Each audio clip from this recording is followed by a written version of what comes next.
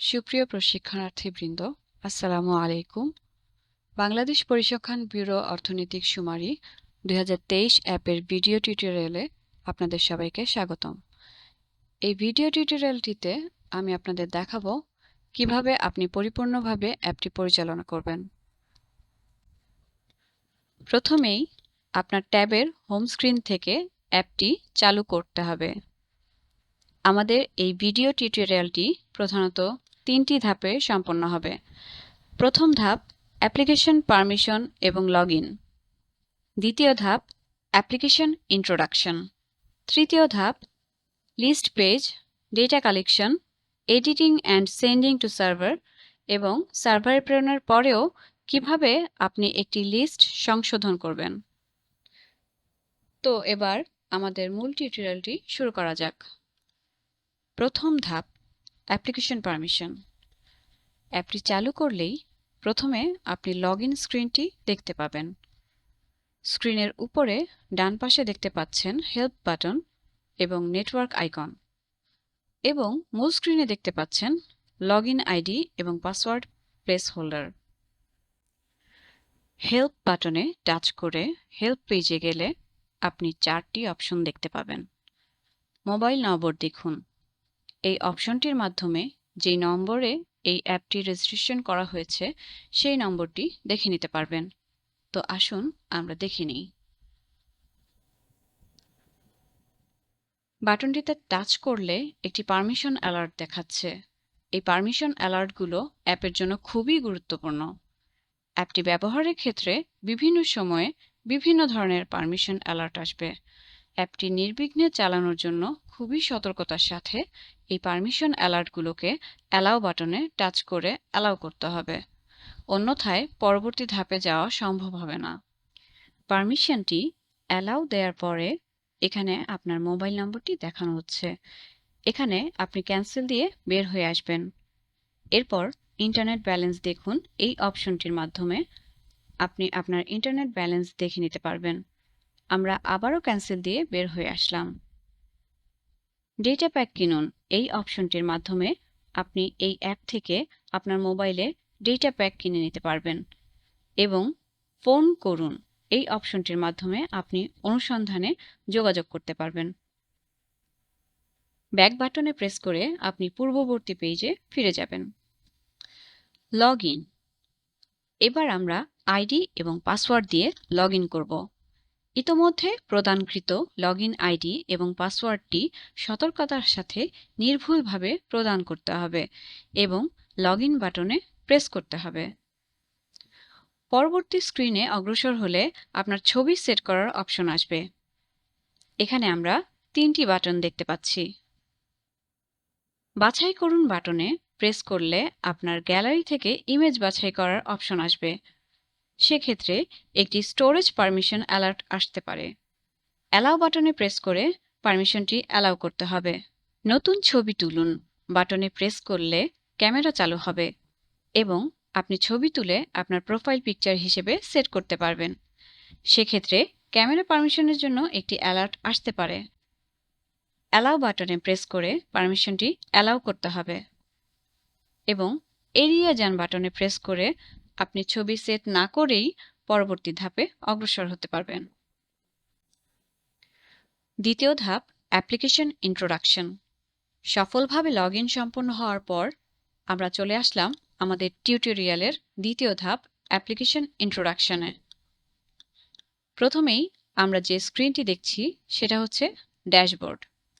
প্রথমবার লগইন প্রক্রিয়াটি সফলভাবে সম্পন্ন করলে এরপর আমরা যতবার অ্যাপ চালু করব এই ড্যাশবোর্ডই হবে আমাদের মূল স্ক্রিন। এই স্ক্রিনে আমরা কি কি দেখতে পাচ্ছি আসুন সেটা জেনে নিই। উপরে ডান পাশে প্রোফাইল বাটন, আগের পেজে দেখে আসা হেল্প বাটন এবং নেটওয়ার্ক আইকন। এরপর আমরা দেখতে পাচ্ছি লগইনকৃত ব্যক্তির ছবি এবং নাম। তারপর রয়েছে লিস্টিং ফর্মে যান সেকশন। যে কোনো নতুন ফর্ম তৈরি করার জন্য আমাদের লিস্টিং ফর্মে যান এই সেকশনে প্রবেশ করতে হবে। এরপর রয়েছে সর্বমোট সাক্ষাৎকার সেকশন। আপনার আংশিক পূরণকৃত সম্পূর্ণরূপে পূরণকৃত এবং সার্ভারে প্রেরণকৃত সকল লিস্ট এই সেকশনে থাকবে এবং তার পাশে রয়েছে অর্থনৈতিক কর্মকাণ্ড সম্পন্ন খানা সেকশন। এরপর খানার ধরনের উপর ভিত্তি করে 3 ধরনের সেকশন রয়েছে: সাধারণ খানা, প্রতিষ্ঠান এবং অন্যান্য খানা সেকশন। এরপর রয়েছে আংশিক ও সংরক্ষিত খানা সেকশন। সার্ভারে প্রেরণ করার পূর্বে সকল আংশিক ও সম্পূর্ণরূপে পূরণকৃত লিস্টগুলো এই সেকশনে থাকবে। এরপর রয়েছে সার্ভার প্রেরিত ইউনিট সেকশন। সার্ভারে প্রেরণকৃত সকল লিস্ট এই সেকশনে থাকবে। এবং এরপর রয়েছে পুনরায় যাচাই করুন ইউনিট সেকশন। সার্ভারে প্রেরণ করার পরেও কোনো লিস্ট সংশোধনীর কাজ করতে চাইলে এই সেকশনে প্রবেশ করতে হবে। আসুন এবার আমরা দেখে নিই কিভাবে একটি ইন্টারভিউ সম্পন্ন করব। প্রথমেই আমাদের লিস্টিং ফর্মে যান সেকশনে প্রবেশ করতে হবে। এই সেকশনে প্রবেশ করা মাত্রই ডিভাইস লোকেশন পারমিশন অ্যালার্ট চলে আসবে।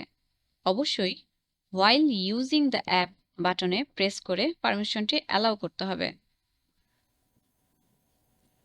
এখান থেকে ইনিউমারেশন এরিয়া বা ইএ নির্বাচন বাটনে প্রেস করে ইএ নির্বাচন করতে হবে। এখানে যার যার ইএ অনুযায়ী এলাকাভিত্তিক নাম আসবে। এখান থেকে আমি একটি ইএ নির্বাচন করলাম এবং তারপর সাব ইএ নির্বাচন করলাম। ইউনিটের ধরন হিসেবে প্রতিষ্ঠান নির্বাচন করলাম। এবার উপযুক্ত তথ্য দিয়ে এই ফর্মটি পূরণ করতে হবে।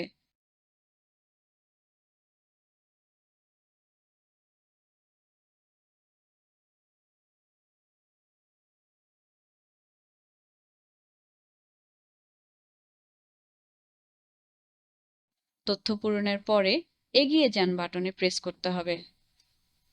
এখানে আপনার প্রদানকৃত তথ্যগুলো দেখাবে। এখান থেকে আপনি সংশোধন করুন বাটনে প্রেস করে সংশোধন করতে পারবেন। সেভ করুন বাটনে প্রেস করে সেভ করতে পারেন।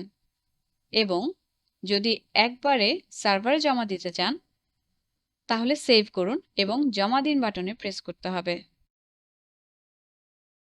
টিউটোরিয়ালের স্বার্থে আমি সেভ করুন এবং জমা দিন বাটনে প্রেস করছি। ফর্ম জমা সম্পূর্ণ হয়েছে। একটি কনফার্মেশন মেসেজ দেয়া হবে এবং এখান থেকেই আপনি আপনার ড্যাশবোর্ডে ফিরে যেতে পারেন অথবা নতুন আরেকটি ফর্ম তৈরি করতে পারেন।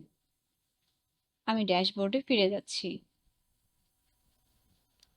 তো এখানে আমরা দেখতে পাচ্ছি আমাদের সর্বমোট সাক্ষাৎকার 1 হয়েছে এবং আমাদের সাক্ষাৎকারের ধরন প্রতিষ্ঠান দেওয়া হয়েছিল, সেজন্য আমরা প্রতিষ্ঠান সেকশনে 1 দেখতে পাচ্ছি। এভাবে আমাদের সাক্ষাৎকারের ধরন যদি সাধারণ খানা হয় তাহলে সেখানে জমা হবে, প্রতিষ্ঠান হলে প্রতিষ্ঠান সেকশনে জমা হবে এবং অন্যান্য খানা হলে অন্যান্য সেখানে জমা হবে। আমরা নিচে আরও দেখতে পাচ্ছি আংশিক ও সংরক্ষিত খানা সেকশনটি 0 আছে, কারণ আমরা আমাদের লিস্টটি সম্পূর্ণরূপে পূরণ করেছি এবং সার্ভারে প্রেরণ করেছি, সেজন্য সার্ভারে প্রেরিত ইউনিট 1 দেখাচ্ছে। আপাতত আমরা আমাদের টিউটোরিয়ালটি এখানেই শেষ করছি। বাকি সেকশনগুলো নিয়ে আরও বিস্তরভাবে আলোচনা করা হবে।